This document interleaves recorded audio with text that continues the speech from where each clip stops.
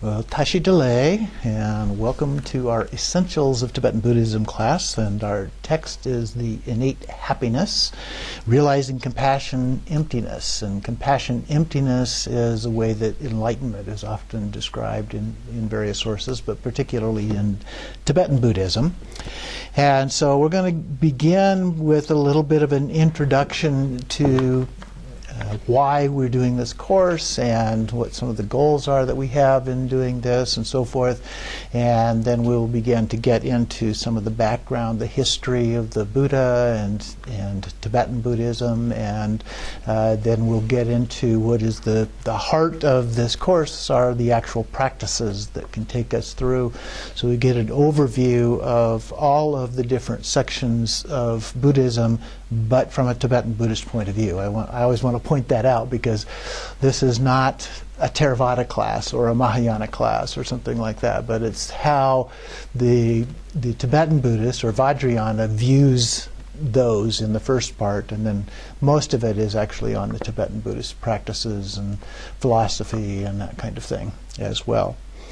So one of the reasons that I wrote the book was because most of the Tibetan lamas that are teaching, this is changing, they're getting much better, but they still are a lot of them that are teaching as if we are a bunch of monks and nuns.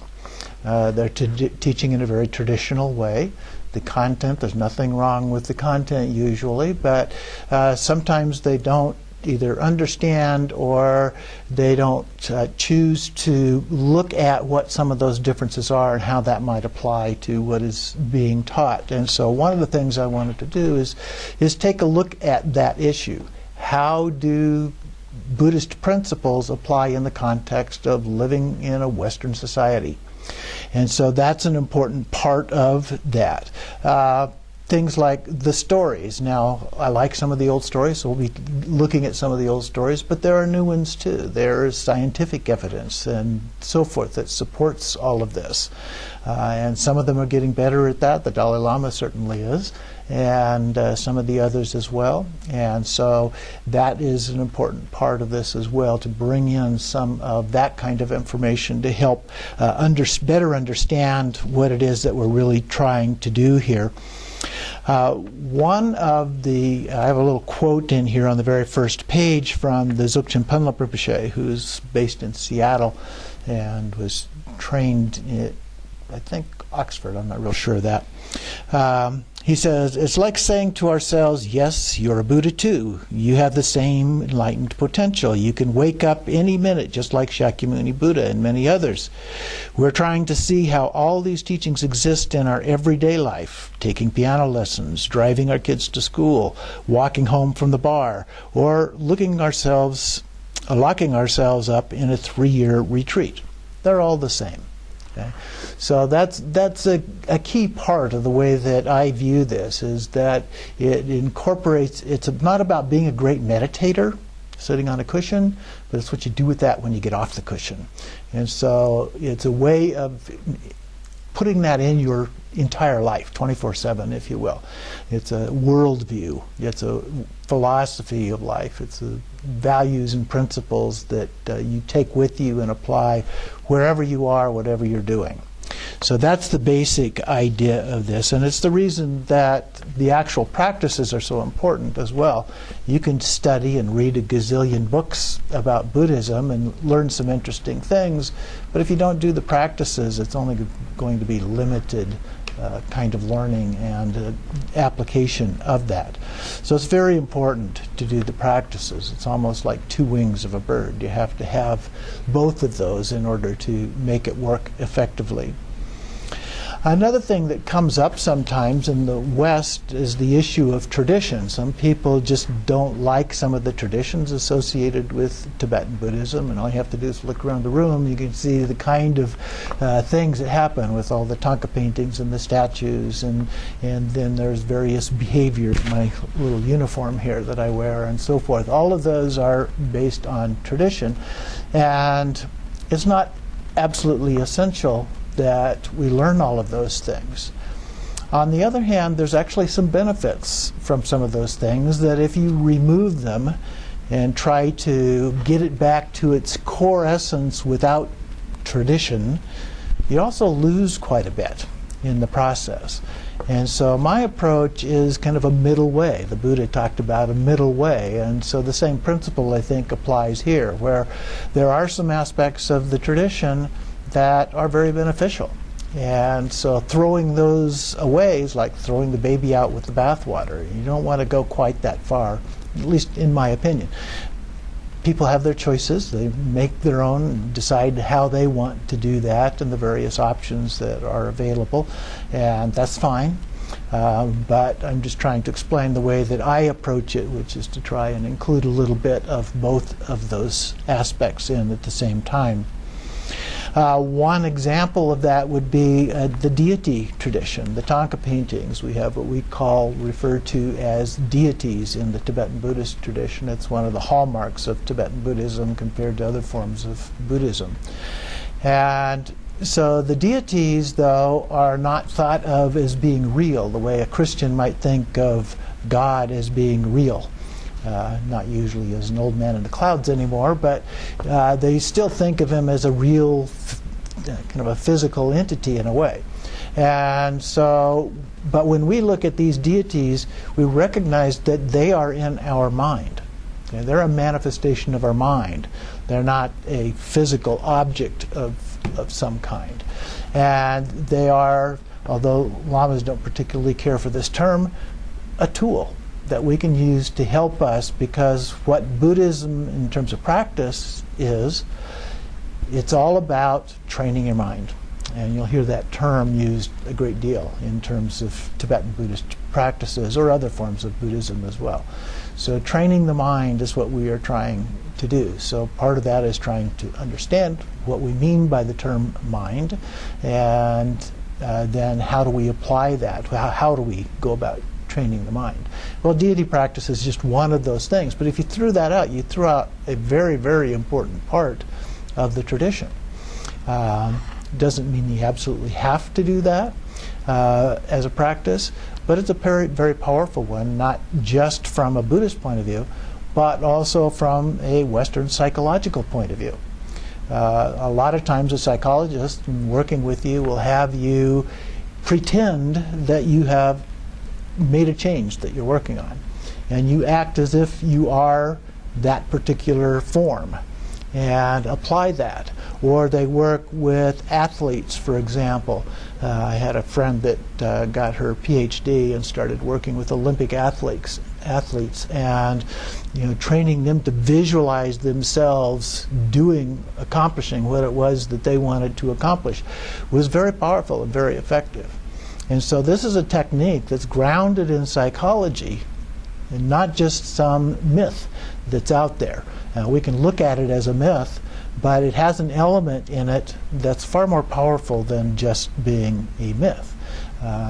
We look at them as, like I said, being in our mind, but that doesn't, and since they're not considered to be real, I mean, there's a mythical quality to them, if you will, but that's not the way that we look at them. It's not that extreme, nor is it the other extreme of it being entirely literal in any way. So those are a couple of the things that we keep in mind as a part of this. Another aspect in some of these practices,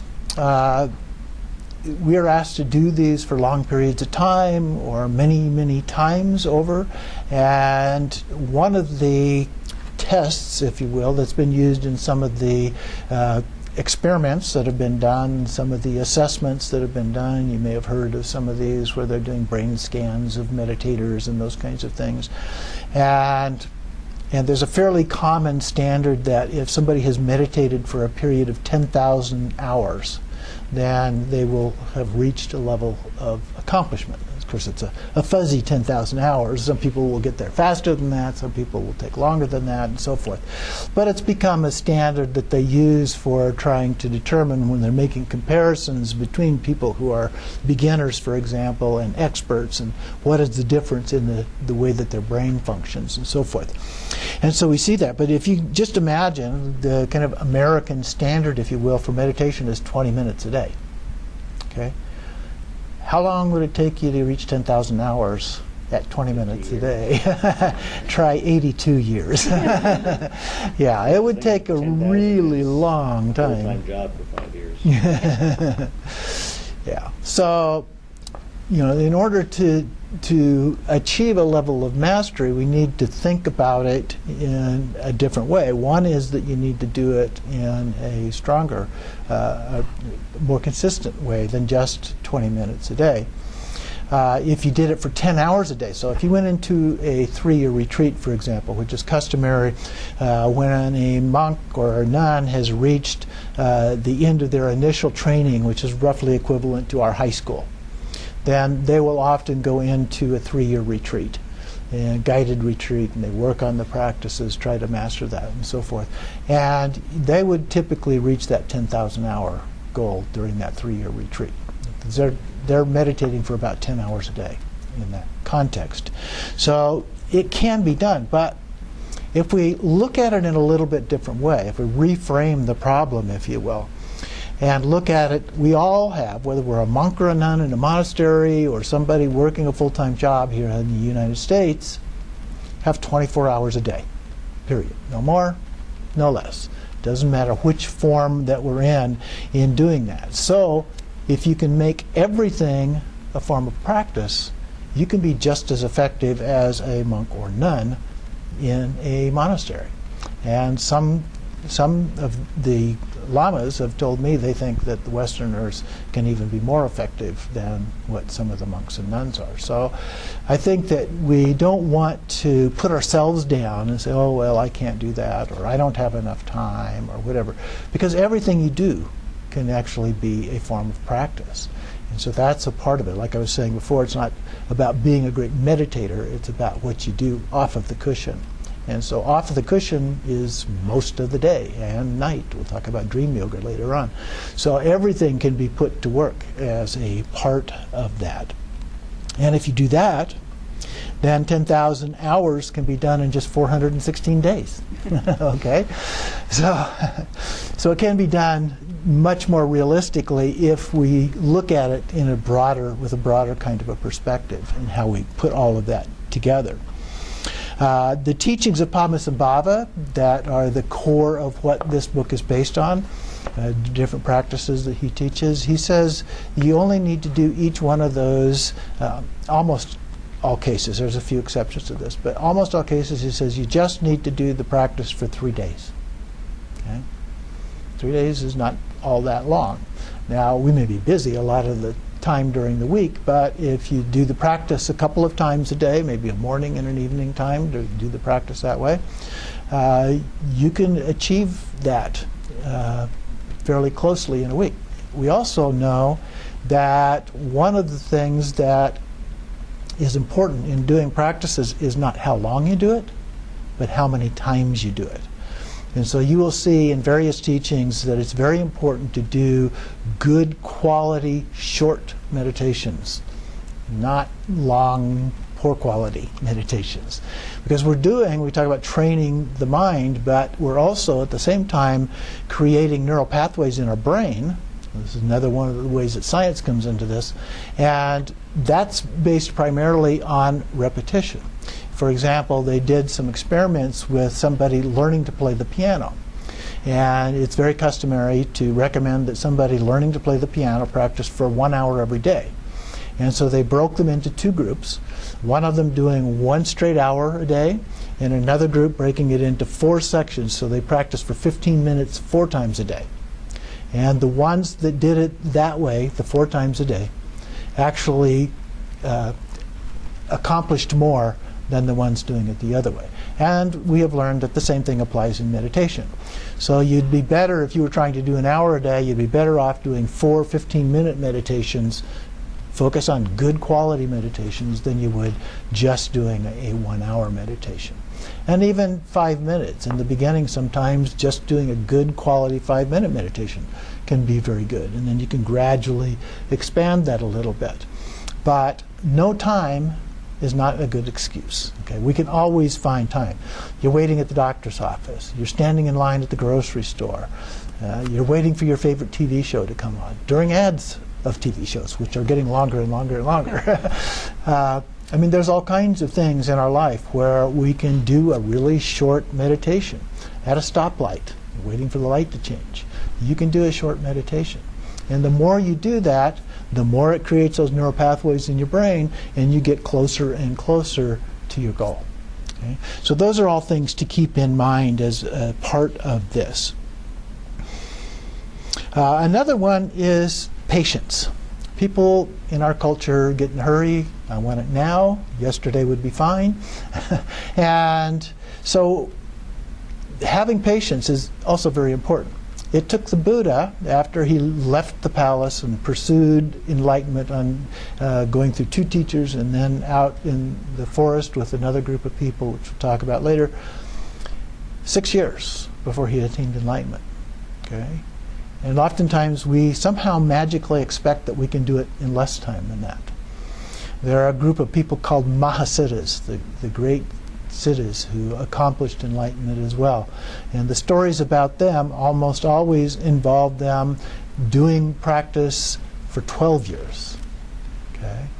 So even longer period of time. And oftentimes they had already been, before that period started, a practicing monk or a nun or something else for a considerable period of time.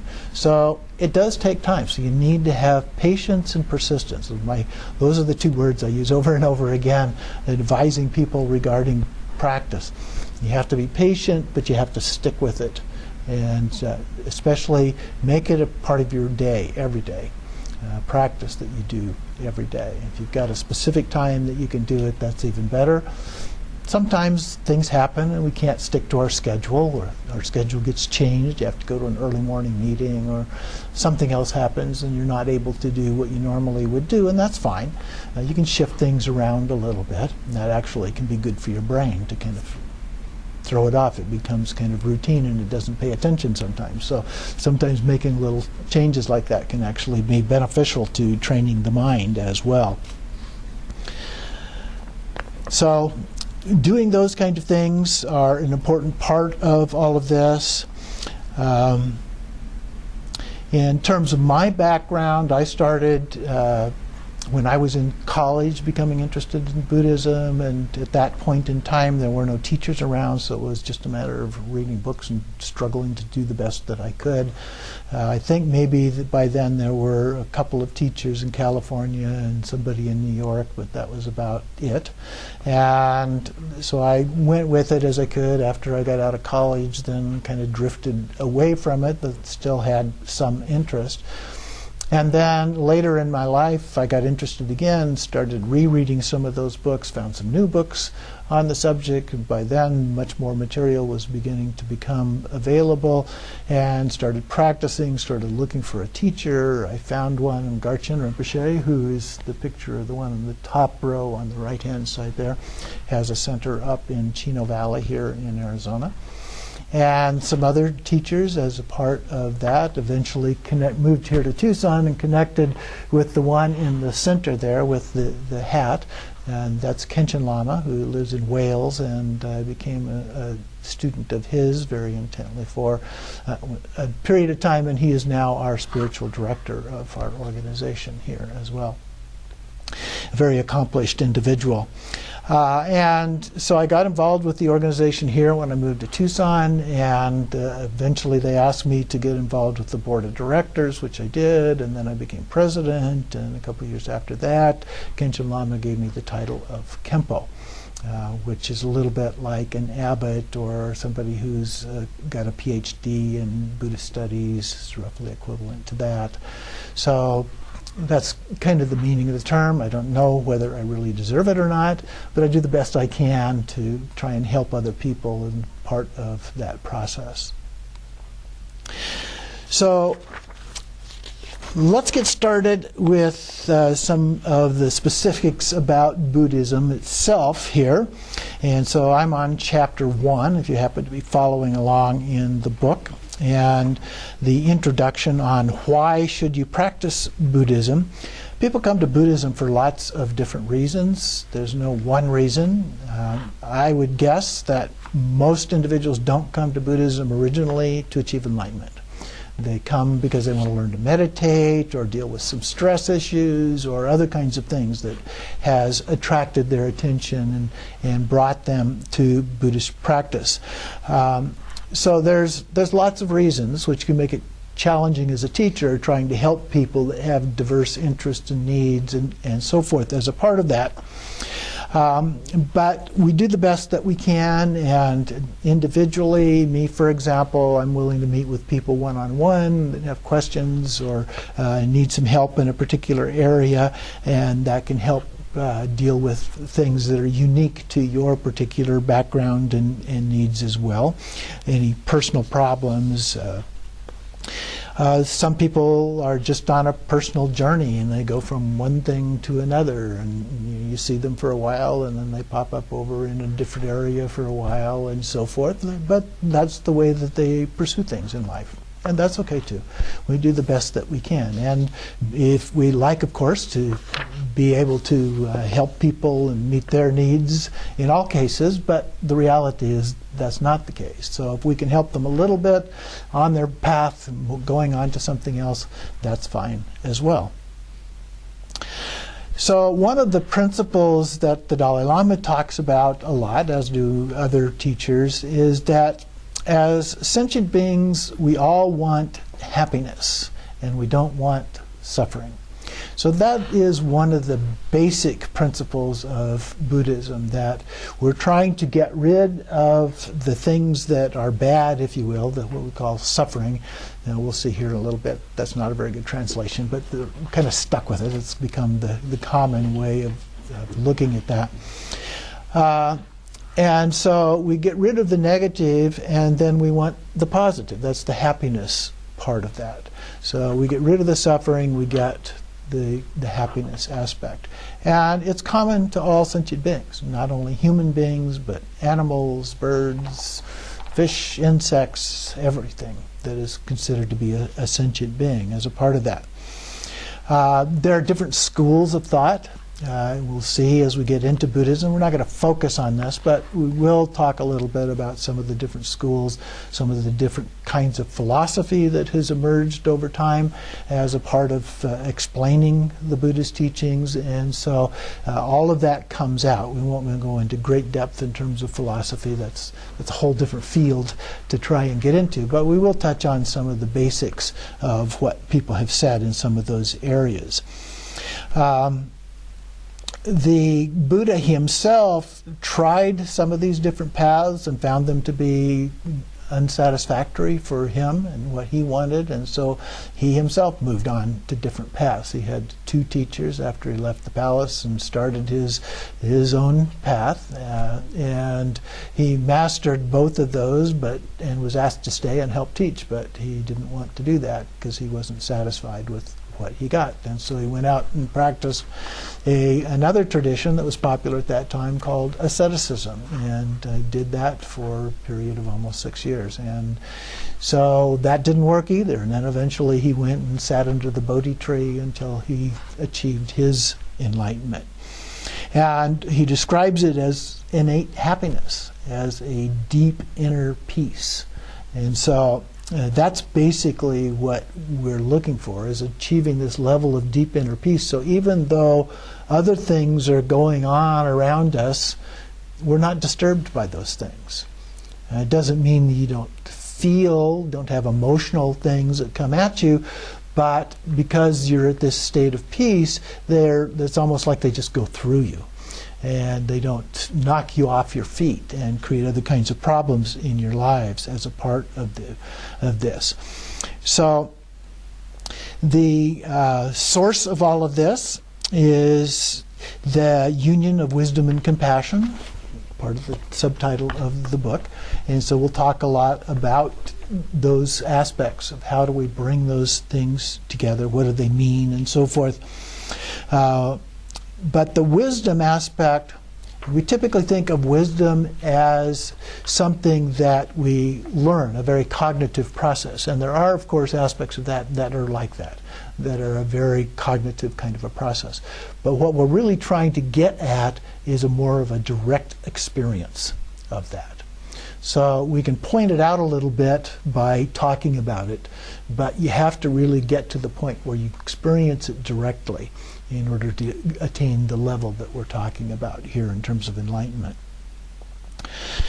And oftentimes we use the word emptiness. It's another word that was translated in a way that is a little bit difficult for people to understand sometimes, but we'll talk more about that later on, and the exact meaning of that, as well as how that gets applied in different traditions, because it has slightly different meanings in different traditions that have developed out of that.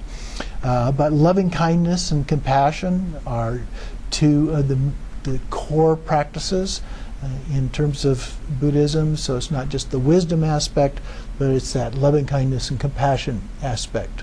I mentioned before 2 wings of a bird. Well, those are the 2 wings of the bird of enlightenment, if you will. So the relative is the loving kindness and compassion. The ultimate is the wisdom aspect. And then that patience and persistence thing that I mentioned before, that's very important as a part of all of these kinds of paths. In terms of Tibetan Buddhism, one of the key things is Padmasambhava. I mentioned his name before. He's also known as Guru Rinpoche, and his teachings are very important to the ones that we're using in this particular class, and highly respected in all of the different branches of Tibetan Buddhism as a part of that. Padmasambhava means lotus born, so sometimes you'll hear that as a reference to him as well. And the teachings that he gave on how to do these practices are really suitable for householders in the West, because they are very short, they're concise practices. On the other hand, none of these are a magic pill. It's not like, okay, I do this and poof, I achieve enlightenment. That's just not what happens. There's no instant gratification. It requires that patience and persistence to stick with it and get there. The true test, if you will, is what happens when things go bad.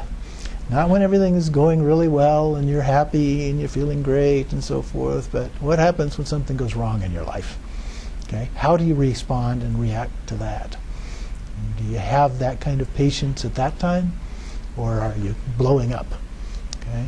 So that's a good way to test yourself to see how well you're progressing on your own path. And there are lots of things that come up in terms of how they've been characterized in Buddhism. We have the 5 paths, the 10 bhumis, the 14 bhumis, and so forth. At one point I referred to it as I was learning these things as religion by numbers. There are so many things that are put together numerically. But one of the reasons was that it was an oral tradition, particularly in the beginning, before things began to be written down. And in oral traditions, if you've got a specific number of things, it's easier to remember what those things are. Even physically touching your fingers like that can actually reinforce learning of numbers or lists of things. So we'll see a lot of numbers as we go through these things, but keep in mind that they can also be helpful to us as we do that. And so one of the things you need to think about is your own intention. What is your intention in doing this? It's a good thing to review as you sit down to meditate. It's a good thing to think about periodically during the day. What is it that I really want out of this? And it may change. It's not something that's carved in stone and never changes. So you may start out with one particular goal, and then over time, through learning and life changes or whatever it might be, you might change what that is. So dukkha is the word that is referred to as, translated as suffering. In most of the translators use that right now, but it also is probably more accurately referred to as unhappiness, or a sense of dissatisfaction or imperfection, if you will. Usually when we think of suffering, and this is certainly one kind of suffering, we think of things like physical pain or mental anguish. Okay? And it does include those. We'll look at one of those lists a little later on and look at that. But there are other forms of what the Buddha of dukkha, that are more along the line of dissatisfaction or imperfection. That we all have those kind of things in our lives as well. We're focused here in terms of the path on the process more than the result. Okay, so the practices themselves are the process. The practices are not the result. Now, hopefully they get us to the result, but it's really the process itself. We refer to it as the path. Setting goals can be good, though. The results, having a goal to reach, if it's a specific goal, can be very effective. There was a research study that was done by Harvard University a number of years ago, in 1953. And then they went back 20 years after that, and these were the graduates. They're graduates in 1953, and to find out if they had goals, written goals. They actually wanted them to have something in writing, and whether they did or not. And then they went 20 years later, and they went back and contacted all those people to determine how they had been successful in achieving those goals or not achieving those goals, or just generally how they were successful in life. Now, I'm not quite sure how they defined success in life. It may have been fairly material in the way that they did that. But the ones that had set goals, 93% of those, oh, wait a minute, put the other way. The 3% of those who set goals were worth more, so it is material, than the rest of the graduating class combined. Okay. Now, I taught management, and so I also would teach about setting goals, and we do know from other research as well that setting a goal is much more likely to help you achieve that goal.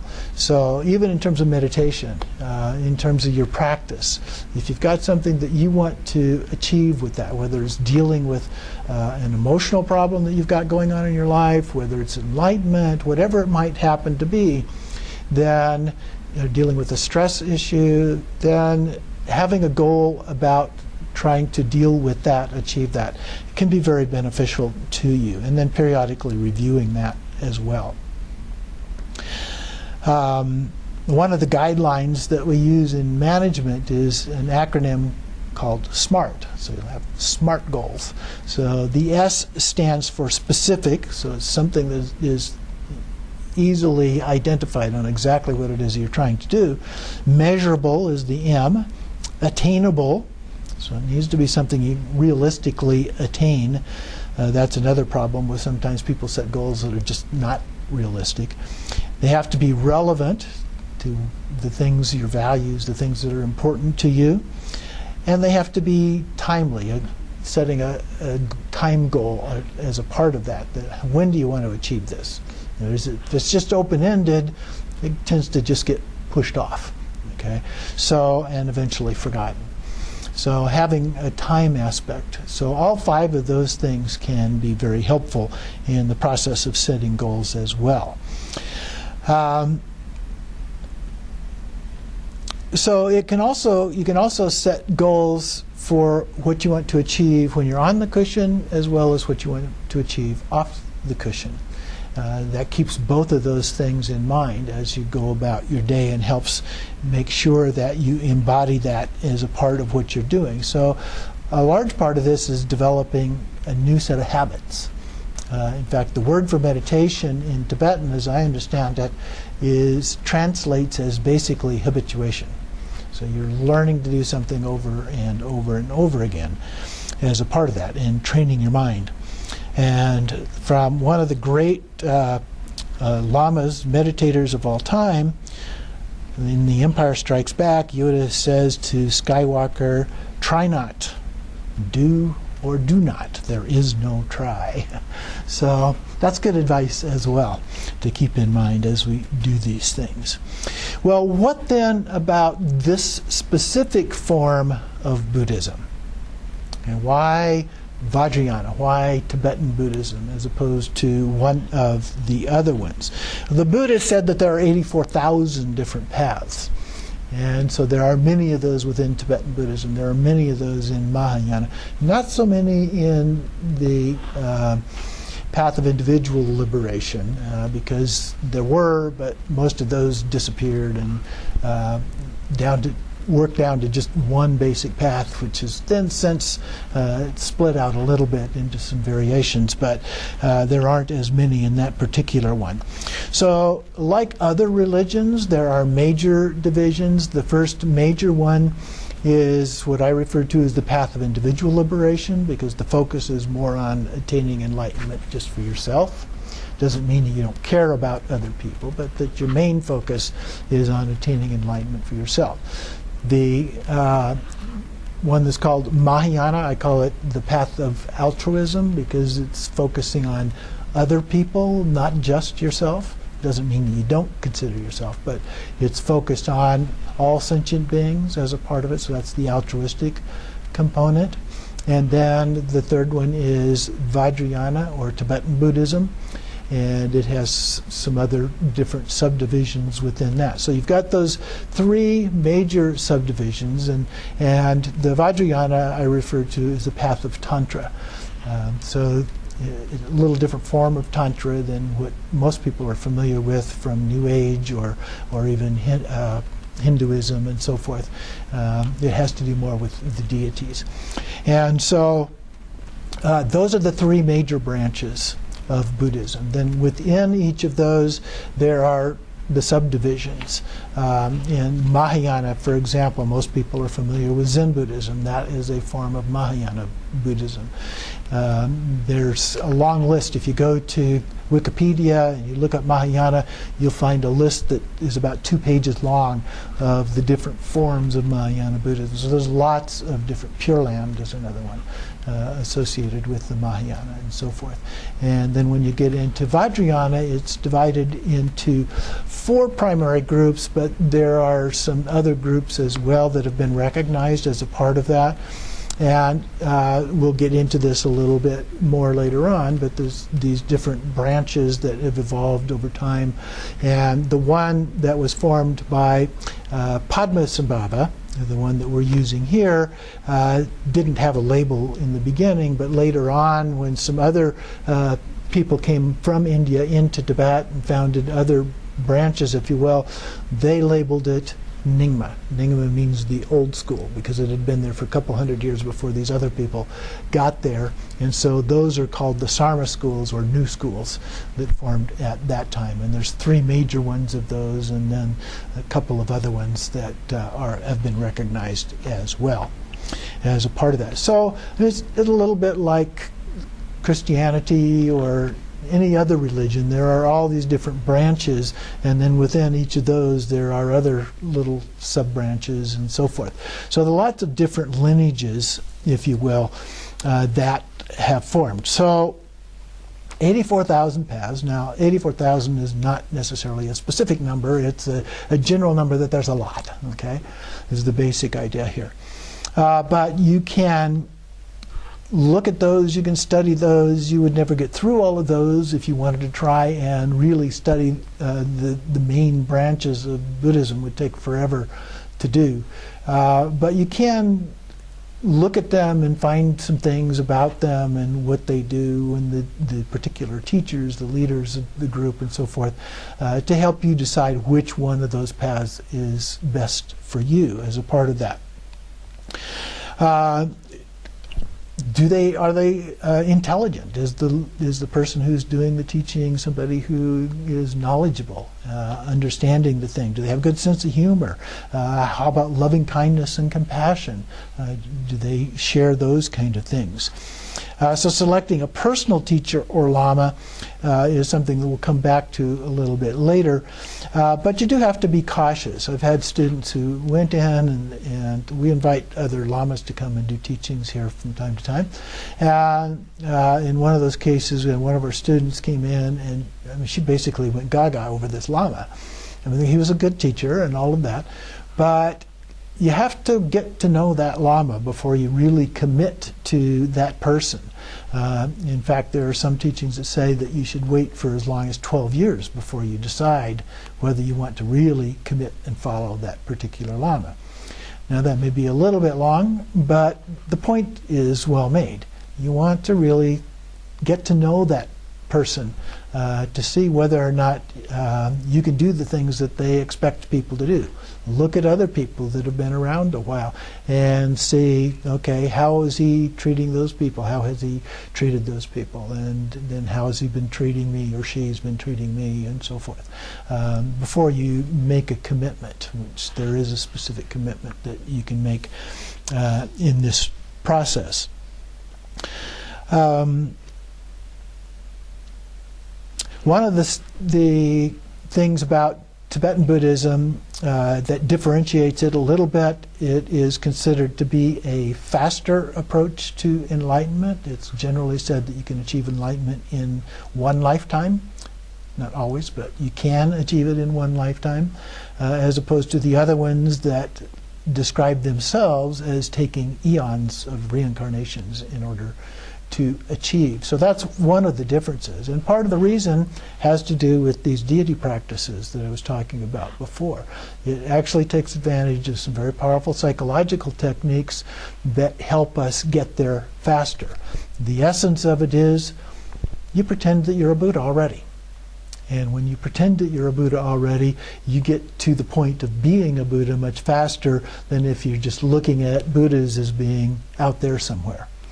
So that's an important part of what we're talking about here in this particular approach. The Tibetan Buddhist approach, the Tantric approach, is also a living tradition.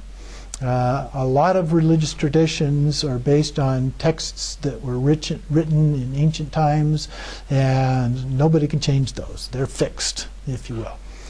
But in this tradition, we have things that we call dharmas, which are things that either are literally found that somebody had hidden away previously, and somebody discovers those, and so that becomes a part of the tradition. Or they have what they're sometimes referred to as a mind dharma, where they have either in a dream or in a vision during meditation, something comes to them that gets written down and becomes a part of the tradition.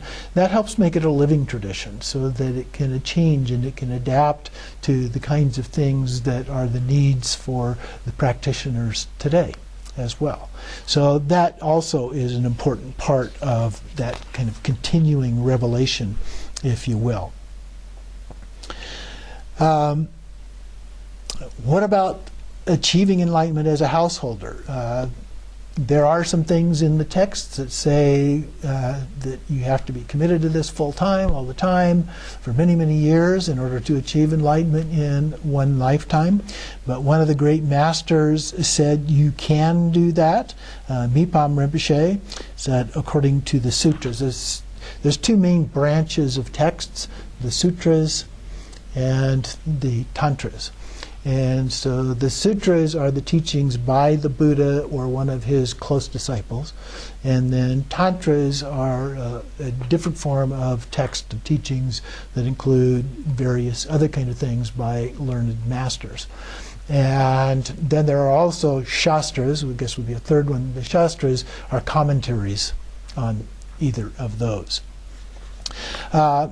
But Mipam Rinpoche said, according to the sutras, you can become enlightened in 1 week. Okay? 1 week. But how to do it and what are the key things about doing that take a little bit of time to do that. So I'll give you just a brief overview then of the content of the entire course here. Buddha means one who is awake, and Buddha nature, we all have an innate Buddha nature, and it's said in our tradition that that's what enables people to attain enlightenment. And if we didn't have that Buddha nature, there would be nothing that would facilitate that process. So we all have that. It's described in different ways, and we'll get into that a little bit later. But it's about that direct experience of that and how we apply those things in our lives. And so the transcendent wisdom aspect that we talked about a little before, it manifests in this kind of a spontaneous, radiant display of that innate aspect of our Buddha nature. And so it embodies everything that we think, feel, say, and do. So it's body, speech, and mind. Those three things are all incorporated into that. And that's referred to as the sacred outlook or pure view, and we'll come back to that. Pure view also manifests as immeasurable loving kindness, compassion, joy, and equanimity, the four immeasurables, which also a key part of the practice that we'll come back to as a part of this. We're all interrelated, interconnected, interdependent as sentient beings, not just human beings, but all other forms of sentient beings as well. And scientists say that even more than just at that level, that we're interrelated, interconnected, interdependent with everything in the entire universe, and maybe multi-universes, if that's what is actually out there. And Buddhists actually believe in the idea of multiple universes. And so through those things, we achieve this great compassion of a Buddha.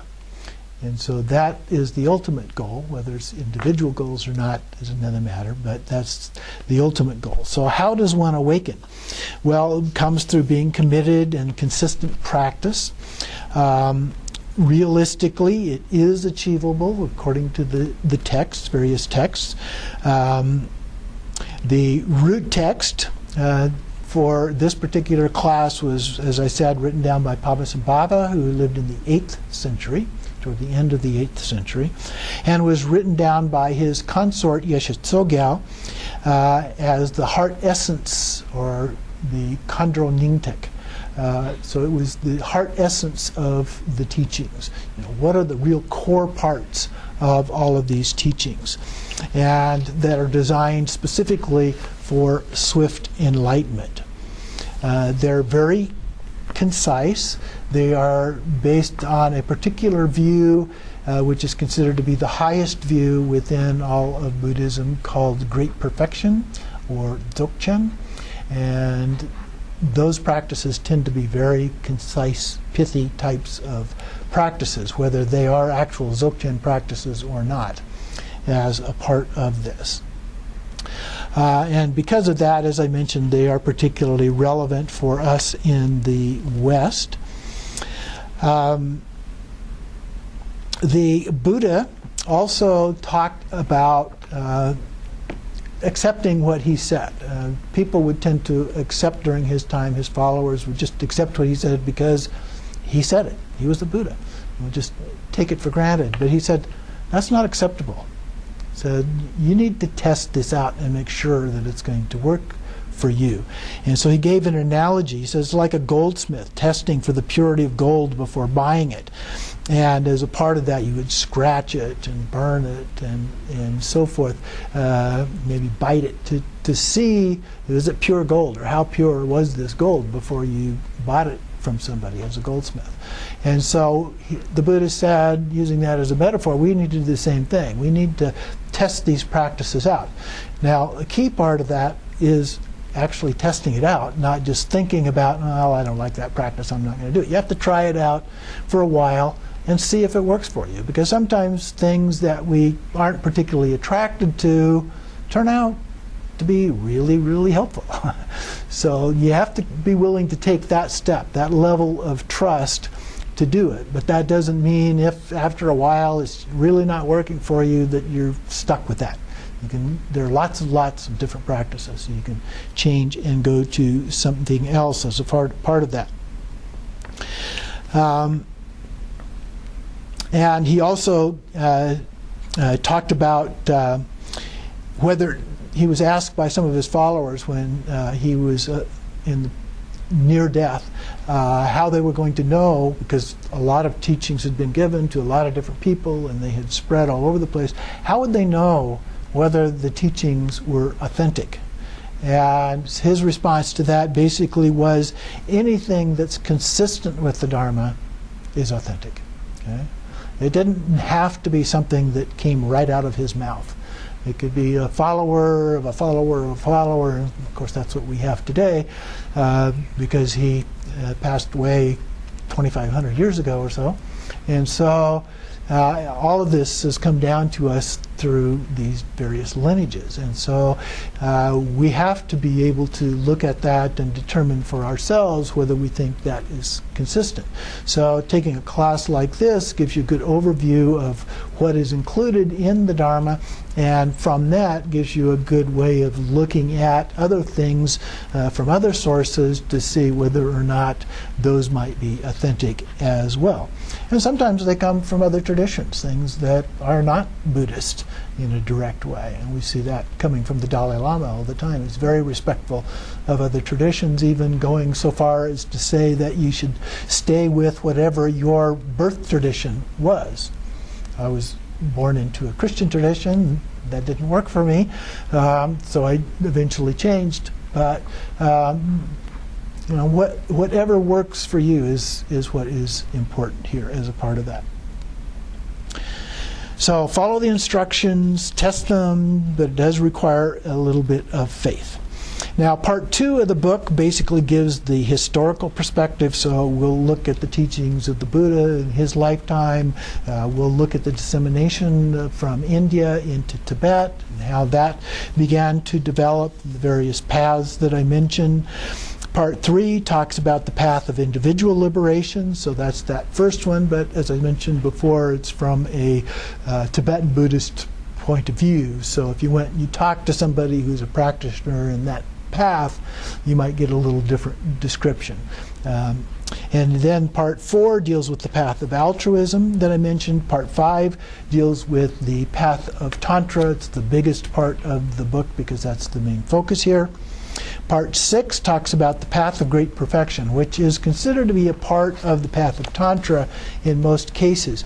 But I broke it out as a separate one because it is so different that I think it deserved its own discussion of the various parts of that, and I'll mention that in a little bit. And then part 7 is about enlightenment, and then part 8 are various appendices that also help us in giving a little bit more detail with some specific longer practices and so forth. So we'll start part 2 here with the background information. And so in chapter 2, well, let's take just a little break here before we do that.